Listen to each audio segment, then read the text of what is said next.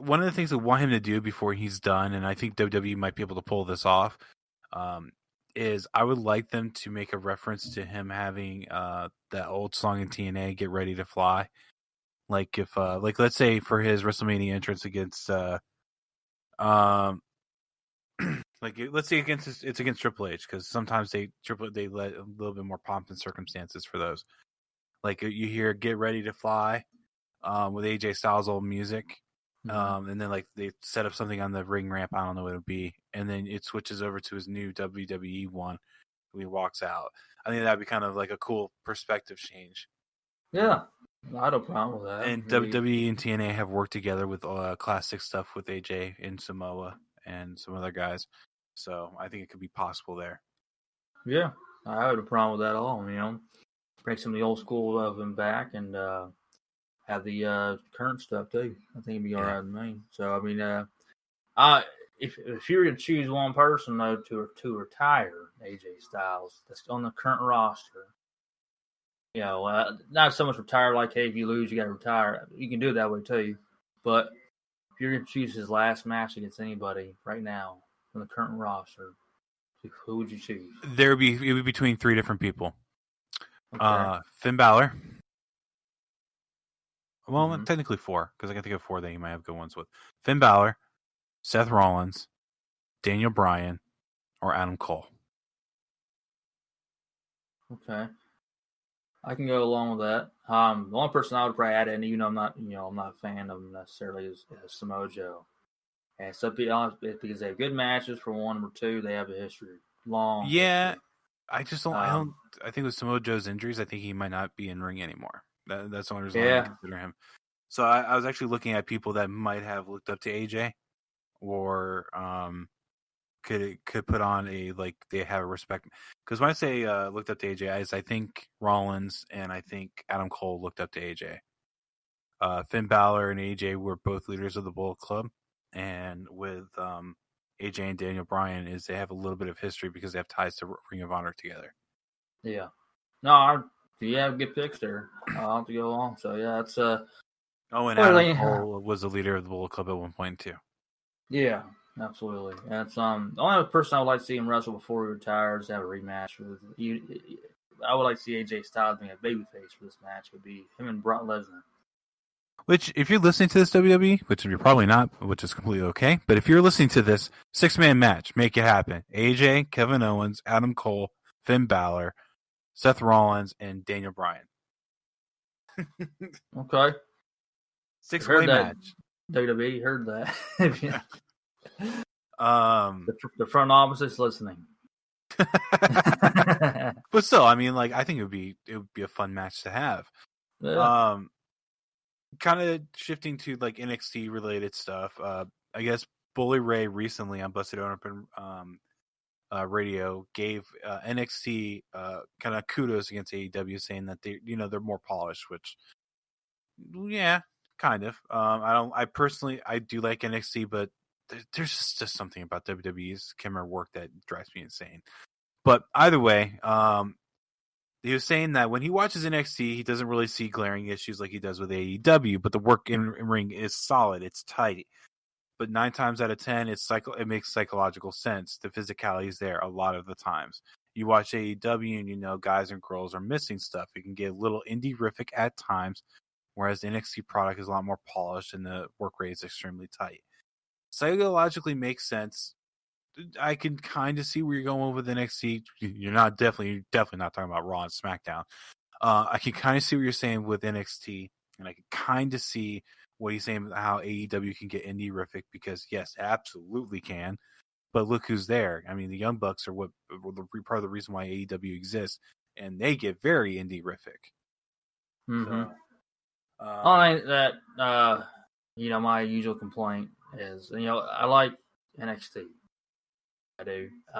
It is the same complaint a little bit towards AEW as the indie stuff as you're talking about, but it's more or less this. Sometimes you get a little more to this. I guess I would say the word too athletic, too high flyer, too much of fast, quick stuff. You're not having a whole lot of much brawling going on. Not enough brawlers. That's my only big complaint Yeah, between both products, but you have different technical stuff and a little more brawling in AEW, and that's why I'm drawn to it a little more. NXT, like I said, I do like NXT for anybody listening. For y'all listening, actually, that's the word I was trying to find. For y'all listening are huge NXT fans, but I had no personal problem. Just more or less to just, I want to see a little more different variety. That's what my complaint is with NXT. Other than that, I feel like the storytelling's okay. They did pretty good. Just see some more different. Sometimes I agree, a little bit more polished.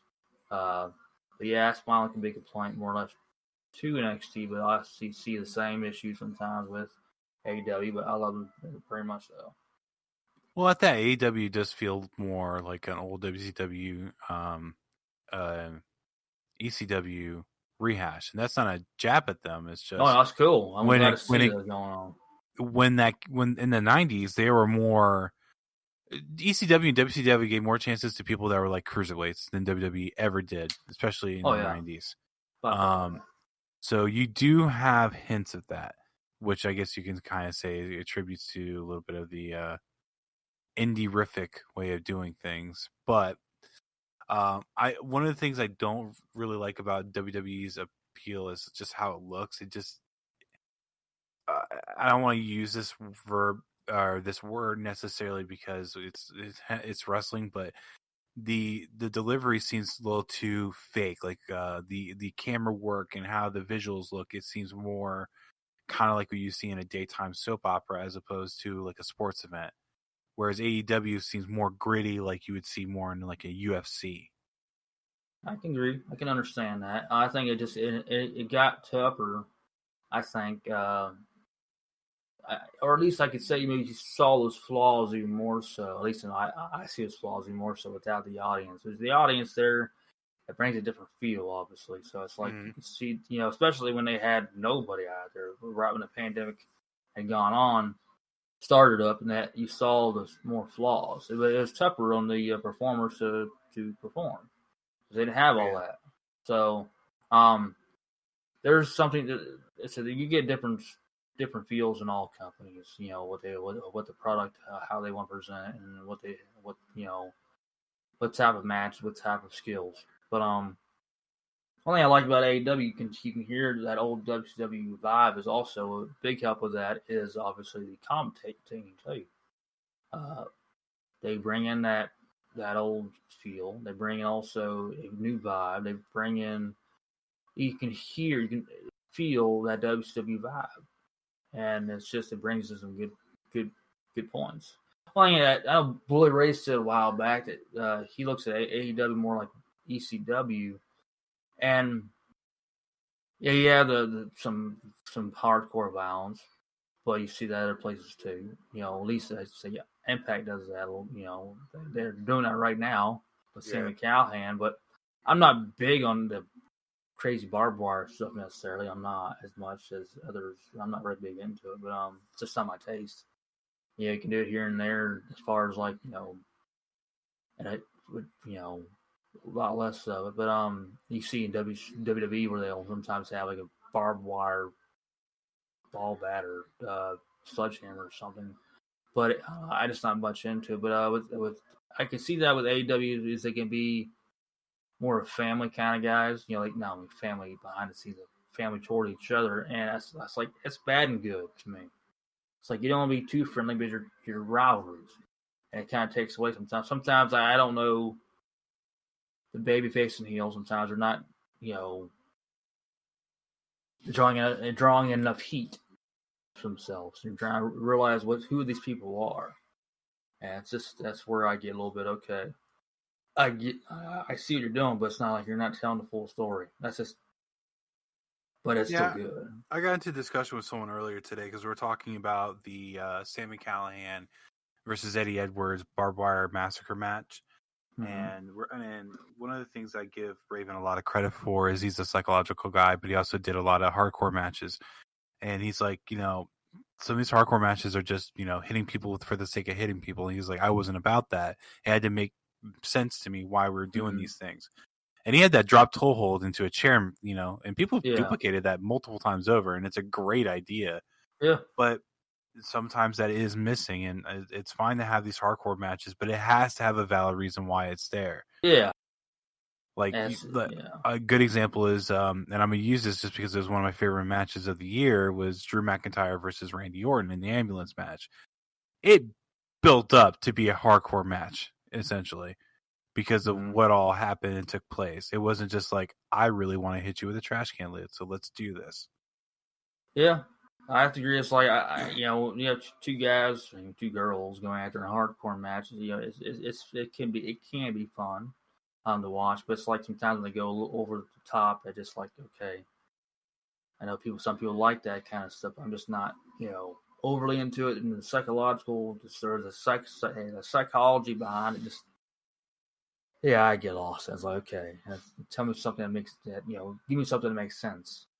It's just where, it's a little overdrawn a little bit. That's just how I feel about it. I just feel like I do a little bit less of it, and just have a good old wrestling match sometimes. It's just nice to have that too. But I know AEW has done some hardcore stuff. Probably the most brutal one I've seen so far is between Omega and Moxley. Yeah, I wasn't a few months ago. I saw that match. I had to watch it on replays. I didn't get to watch the pay per view, but I was like, okay, I've seen this. Let's move on. We did our deal, but it's, I know people have different styles, but I just feel like, like I said, with sometimes I see too many psychological, the psychology of the match. Sometimes there's not enough out there. It's like, okay, it's nice to see that stuff. That's part of this. He's part of wrestling, so that's where my problem is. Some of the stuff I see out there is. Yeah, with going back to WWE briefly, did you notice someone was missing from Legends Night besides Carlito? The Rock, Stone. Well, Stone Cold, Cold, sure. Stone Cold will. Olympic gold medalist, maybe. Oh yeah. Yeah, apparently, I guess the reason he wasn't there, he had a prior engagement he was committed to and couldn't get out of it. Well, that happens. That's understandable. And it's happened to past people. Yeah. But maybe he'll come around for the Rumble. Who knows? There is a couple more related to WCW, and then we'll shift to gears. Wow, I said WCW. WWE, then we'll shift gears into AEW and Impact. Serena Deeb, who's now in AEW. I think they just call him a women's wrestler. I was trying to think of what the name was. But apparently they gave her a bonus to get her head shaved on TV when she's part of the Straight Edge Society. Well, that's good. I didn't know that they do that, but it's awesome that they did that. I mean, it is awesome, yeah. It's someone cutting their hair and whatnot for the TV show. You should get a bonus. Look at Tommy Dreamer. He got a bonus for drinking tobacco juice. No, I would never. No, I would never, ever do that. No. Well, he got paid $7,000. I think he said he got paid $7,000. That's back for y'all. Maybe remember that's where he drank Undertaker's tobacco juice when he was the Biker Taker. And I remember that moment. I was like, no, really? No, he's not gonna do it. It's like, yeah, it tastes pretty good. He said that on camera. I was like, now I'd say that it don't taste great because I've had my moments of accidental tobacco drinking. You pick up the wrong beer bottle, and of course I do chew tobacco anyways, and so it's not the greatest taste out there, but hey, you got paid, and he's hardcore, man. No, I would never do that.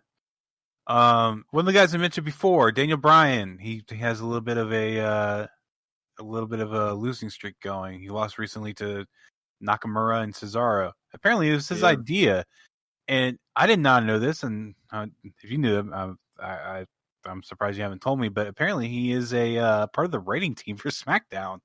I just recently found that out myself. Yeah, I did not know that. So apparently, like, his whole thing is he wants to put people over. So he has like. I thought you knew that, honestly. I didn't. I didn't know he was part of the writing team. It's good. I I prefer him to be able to do I that. guess but- I thought that maybe more he just like assist with the bat. I guess an official part of it. I guess that was the word